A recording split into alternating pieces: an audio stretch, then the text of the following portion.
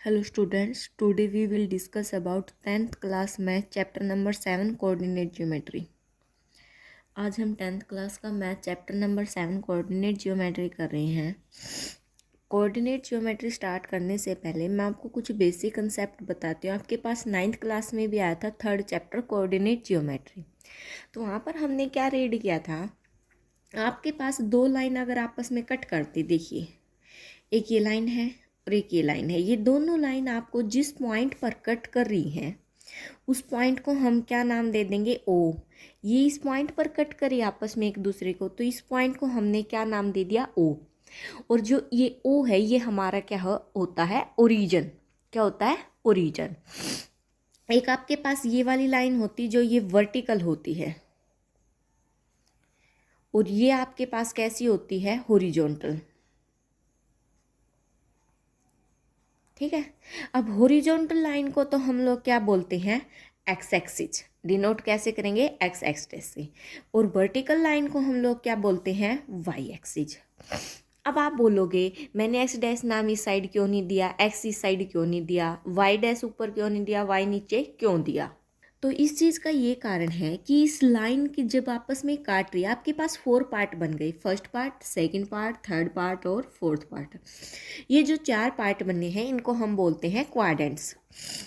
First quadrant, second quadrant, third quadrant और fourth quadrant. ये आपके पास कितने बन गए, 4 क्वाड्रेंट बन गए। अब देखिए मैंने ये पॉइंट ओरिजिन लिया, सपोज कीजिए यहाँ पर इस जहाँ पर ये आपस में काट करें, एक्स की और वाई की वैल्यू आपके पास 0 0 है। जब आप नंबर लाइन ड्रॉ करते हो तो आपके पास 0 की एक तरफ पॉजिटिव वैल्यू होती है और एक तरफ कैसी होती है, नेगेटिव वैल्यू। तो यहाँ पर आपके पास कौन सी वैल्यू होंगी, पॉजिटिव। यहाँ पर आपके पास कौन सी वैल्यू होंगी, नेगेटिव। सिमिलरली वाई एक्सिस पर भी ऊपर तो होंगी पॉजिटिव और नीचे कौन सी होंगी आपके पास है, नेगेटिव वैल्यू। जैसे 1 2 3 अप टू सोन, यहाँ पर 1 2 3 अप टू सोन। यहाँ पर क्या आएगा आपके पास, -1 -2 -3। ऐसे ही नीचे -1 -2 -3। ठीक है। आपको पॉजिटिव फर्स्ट क्वाड्रेंट में सारी वैल्यू कैसी होंगी, पॉजिटिव। सेकंड क्वाड्रेंट में एक्स नेगेटिव और वाई पॉजिटिव। यहाँ पर आपके पास सपोज कीजिए एक्स और वाई की वैल्यू होती है, सबसे पहले हम एक्स की वैल्यू को लिखते हैं, उसके बाद वाई की वैल्यू को। थर्ड क्वाड्रेंट में दोनों नेगेटिव और फोर्थ क्वाड्रेंट में वाई नेगेटिव और एक्स कैसा होता है आपके पास है, पॉजिटिव होता है। ये था आपके पास क्या, कोऑर्डिनेट सिस्टम। ठीक है। इसको हम क्या बोलते हैं, अगर शॉर्ट फॉर्म में लिखा जाए तो एक्स एक्सिस, और इसको हम लोग क्या बोलते हैं, वाई एक्सिस। और रिप्रेजेंट कैसे करते हैं, X X dash Y Y dash से। ठीक है। ये था आपके पास कार्टेशियन प्लेन, जो हमने 9th क्लास में भी पढ़ा था अब तक। ठीक है। तो अब मैं आपके पास कुछ पॉइंट ड्रॉ करना दिखाती हूँ। देखिए अगर मैं एक सिस्टम लूँ, प्लेन, सेम यही बना रही हूँ दोबारा से। ये क्या हो गया आपके पास, एक्स एक्सिस। आप स्केल के साथ बनाना प्रॉपर तरीके से। ये क्या हो गया आपके पास, वाई एक्सिस। और ये पॉइंट आपका ओरिजिन होगा। इस ओरिजिन पॉइंट पर एक्स और वाई दोनों की वैल्यू आपके पास क्या होंगी, 0 0 होंगी हमेशा। अब देखिए मैं कोई पॉइंट लेती हूँ, सपोज कीजिए हमें कोई पॉइंट ड्रॉ करना है, 2 3 पॉइंट ड्रॉ करना है। चलो 3 4 ले लेते हैं। हमें क्या पॉइंट करना है, 3 4। अब एक्स की वैल्यू 3 और वाई की वैल्यू कितनी होगी आपके पास, 4। तो 1 2 3, 1 2 3 और 4।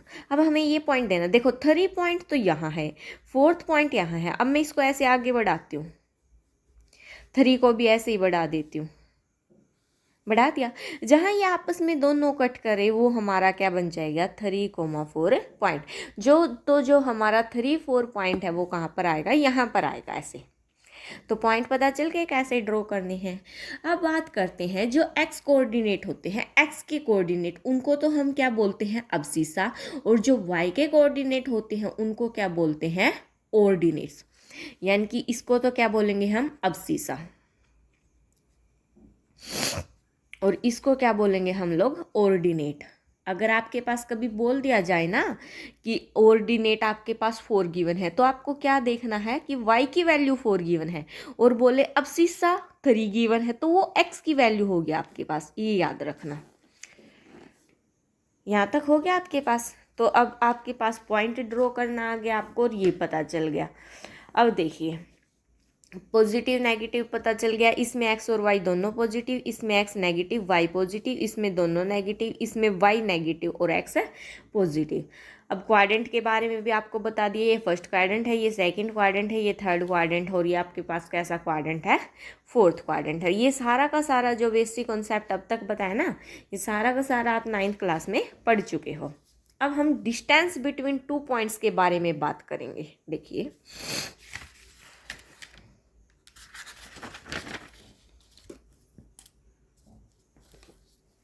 क्या पढ़ेंगे अब हम, जो हमारा चैप्टर में यूज होगा।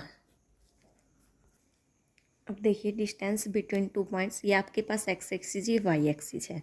अब तक तो हमें अगर पॉइंट गिवन होते थे हम ड्रॉ कर लेते हैं। अब हमारे पास सपोज कीजिए यहाँ पर पॉइंट नहीं गिवन है, मैं एक पॉइंट यहाँ पर ले लेती हूँ और एक पॉइंट यहाँ पर ले लेती हूँ। मैंने इस पॉइंट को पी नाम दे दिया और इस पॉइंट को क्या नाम दे दिया। जब मैं इन दोनों पॉइंट को आपस में अटैच करूँगी तो इनके बीच में यानी कि पी से क्यू के बीच में डिस्टेंस कितनी होगी। सपोज कीजिए मैंने एक पॉइंट पी लिया, एक पॉइंट क्यू लिया, ए भी ले लेते हैं यहाँ पर। इनके बीच में डिस्टेंस कितनी है, 5 सेंटीमीटर। यहाँ पर तो हमें पता है कि इतनी होगी, अब यहाँ पर तो पता ही नहीं है, तो यहाँ पर हम क्या है निकाल लेंगे पी क्यू की डिस्टेंस। अब मैं पी के तो पॉइंट क्या लेट कर लूँगी, x1 और y1, क्यू के x2 और y2। ठीक है। अब देखिए हम लिखेंगे क्या, let p x1 y1 and q x2 y2 be two given points, be two given points in the coordinate plane, in the coordinate plane आप लिख लेना। ठीक है, कोऑर्डिनेट प्लेन में आपके पास 2 पॉइंट गिवन है। अब इन 2 पॉइंट को मैं डॉटेड नीचे तक मिला देती हूँ ऐसे। ठीक है, इसको भी मैं ऐसे ही मिला देती हूँ और एक ये पॉइंट यहाँ से यहाँ तक मिला देती हूँ मैं। ठीक है, ये आपका क्या है, ओ है, इसको मैं एल एम एन का नाम दे दिया मैंने इन पॉइंट्स को भी। अब देखिए आपके जो पी का पॉइंट है वो क्या है, x1 और y1। मैंने अभी अभी आपको बताया था जब हमने 3 4 ड्रॉ किया था, यहाँ पर हमने क्या लिया था 3, यानी कि यहाँ से लेकर यहाँ तक की आपकी डिस्टेंस कितनी थी 3, और यहाँ से लेकर यहाँ तक की आपकी डिस्टेंस कितनी थी 4। सिमिलरली अब यहाँ की अगर मैं बात करूँ x1, यानी कि यहाँ से लेकर यहाँ तक आपकी डिस्टेंस कितनी होगी x1, और y1 की बात करूँ यहाँ से लेकर यहाँ तक आपकी डिस्टेंस कितनी होगी y1, ये आपकी क्या होगी y1 यहाँ तक की।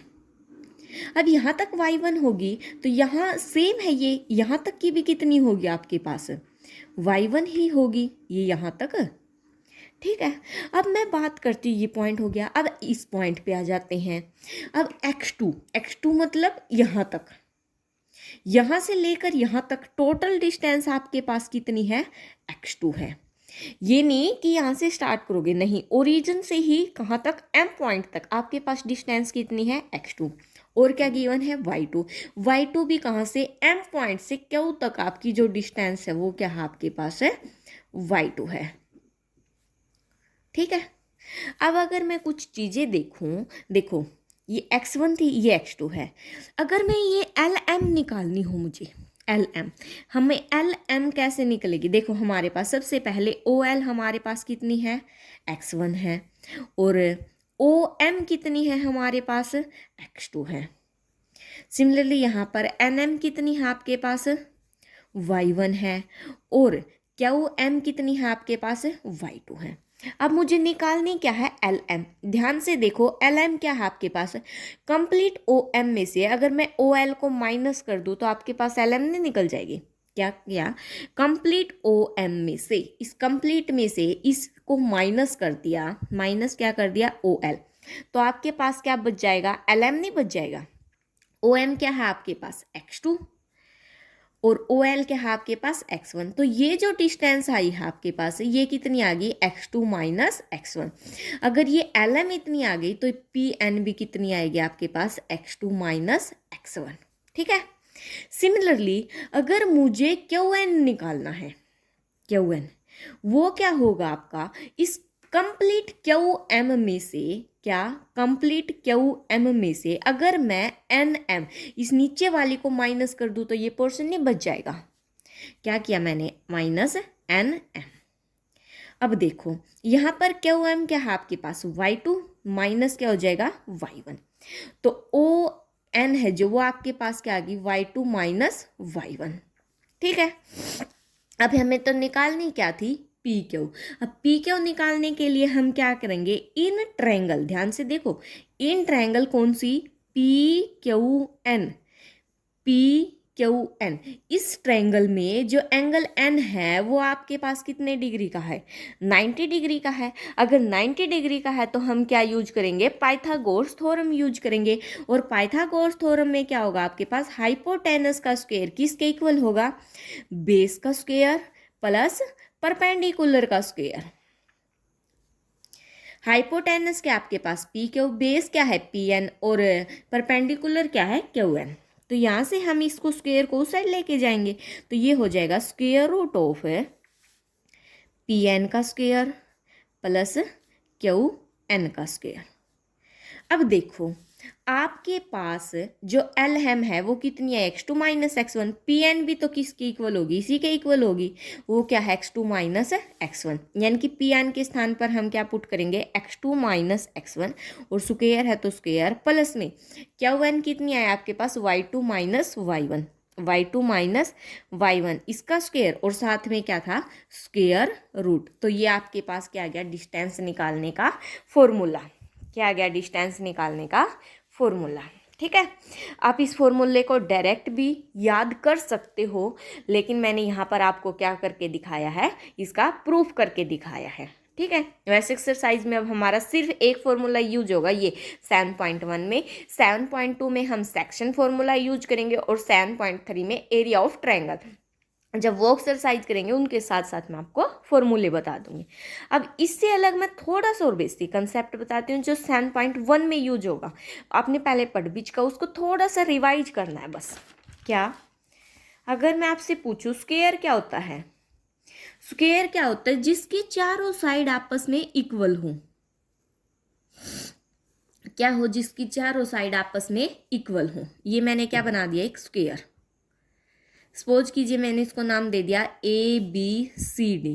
क्या क्या कंडीशन होती है स्क्वायर में, ए बी किसके इक्वल होता है, सॉरी यहाँ पर आएगा सी, बी सी के, बी सी किसके इक्वल होता है, सी डी के, और सी डी किसके इक्वल होता है, डी के। कहने का मतलब ये है स्क्वायर की चारों साइड आपस में क्या होती हैं, इक्वल होती है। अब मैं इसमें डायगोनल और ड्रॉ कर देती हूँ।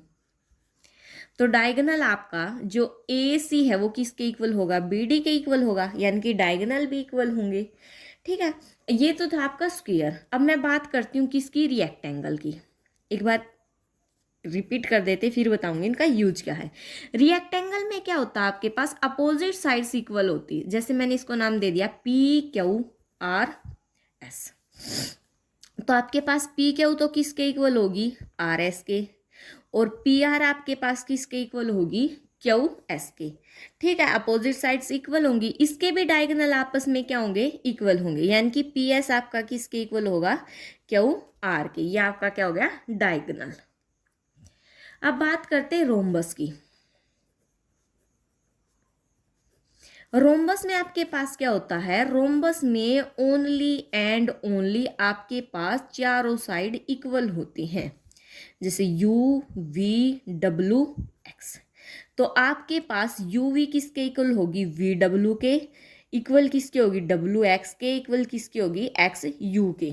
तो आपके पास रोम्बस में चारों साइड इक्वल होते हैं। इसमें डायगोनल इक्वल नहीं होते हैं, कोई कंडीशन देखो, देखने से ही पता चल रहा है ये बड़ा दिख रहा है और ये छोटा दिख रहा है।